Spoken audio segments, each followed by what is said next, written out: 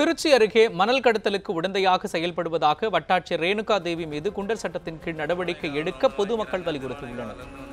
திருவாசி கொள்ளிடம் ஆற்றில் மணல் கடத்தப்படுவதாக பலமுறை புகார் தெரிவித்த போதும் வருவாய் கோட்டாட்சியர் ரேணுகா தேவி நடவடிக்கை எடுக்காமல் அலட்சியம் காட்டி வந்ததாக கூறப்படுகிறது. இந்த நிலையில் நேற்றிரவு மணல் அள்ளும் இடத்தில் இருந்த மண்ணச்சநல்லூர் வருவாய் வட்டாட்சியரை பொதுமக்கள் காருடன் சிறைபிடித்தனர். பொதுமக்களிடம் சிக்கிய லாரி உரிமையாளர் நந்தகுமார் வட்டாட்சியர் 3 கோடி மதிப்பில் வீடு கட்டி தருவதாகவும் அவர் அழைத்ததன் பேரிலேயே மணல் அள்ள வந்ததாகவும் கூறினார்.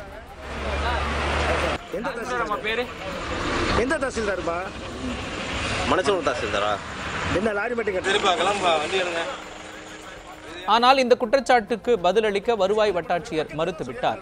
தகவலின் பேரில் சம்பவ இடத்திற்கு சென்ற மண்ணச்சநல்லூர் போலீசார் வருவாய் வட்டாட்சியரை விடுவித்தனர். பின்னர் மணல் கடத்தியதாக லாரி ஓட்டுநர், லாரி உரிமையாளர் நந்தகுமார் ஆகியோரை கைது செய்தனர். மண்ணோட வந்தால் நாங்கள் பிடிக்க முடியும், அதனால் வெயிட் பண்ணிட்டு இருக்கோம், நீங்கள் கிளம்புங்க அப்படின்றாங்க.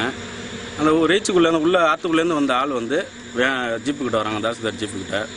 நாங்கள் டவுட் போட்டுட்டு நான் சுற்றி வந்து லைட் இல்லாமல் உள்ள போய் பார்க்கல. ஒரு ஜேசிபியும் ஒரு டிப்பரும் வெளியில் போயிடுச்சு. மேடம் அங்கே தான் நிற்கிறாங்க.